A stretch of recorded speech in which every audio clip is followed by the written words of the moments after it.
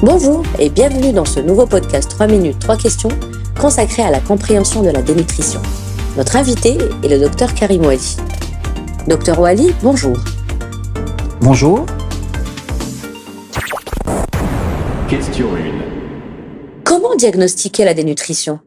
La dénutrition est un problème de santé publique majeur. Le diagnostic de la dénutrition de l'adulte est exclusivement clinique. Il associe un critère phénotypique et un critère étiologique. Les critères phénotypiques sont les suivants.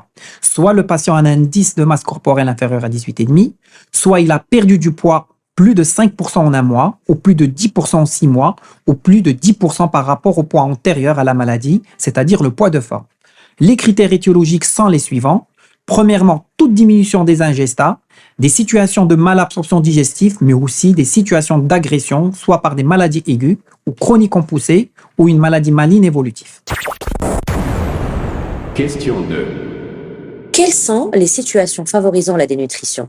Ça peut être dû à un amaigrissement souvent lié à une baisse de l'appétit causée par de nombreuses causes, comme une perte de l'envie de manger liée à un isolement social, une alimentation insuffisante due à des difficultés financières de mobilité ou d'handicap, un régime alimentaire restrictif volontaire ou imposé, des troubles psychologiques ou cognitifs comme l'anorexie mentale, l'addiction à certaines substances non médicamenteuses, la dépression, la maladie d'Alzheimer.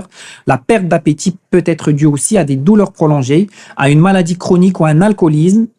Ça peut être aussi dû à des activités physiques d'endurance non compensées, surtout si l'apport alimentaire ne compense pas les pertes énergétiques.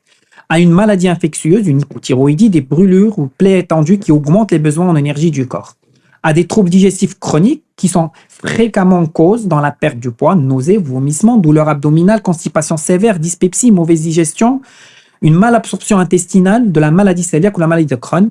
Et enfin, la prise de médicaments comme la chimiothérapie anticancéreuse, les neuroleptiques ou une chirurgie lourde, comme les chirurgies bariatriques, peuvent aussi favoriser la dénutrition.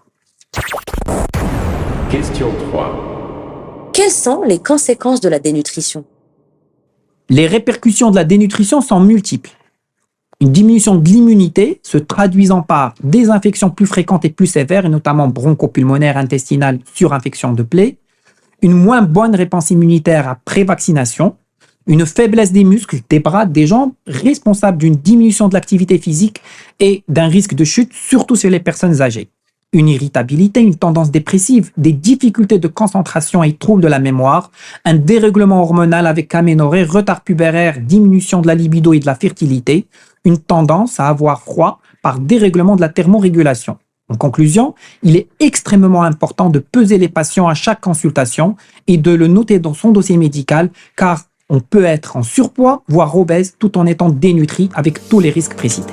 Docteur Ouali, merci. C'était 3 minutes 3 questions, le podcast par Zenith Pharma.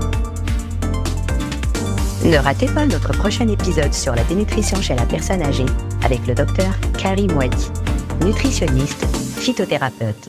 Zenith Pharma, au service de la santé.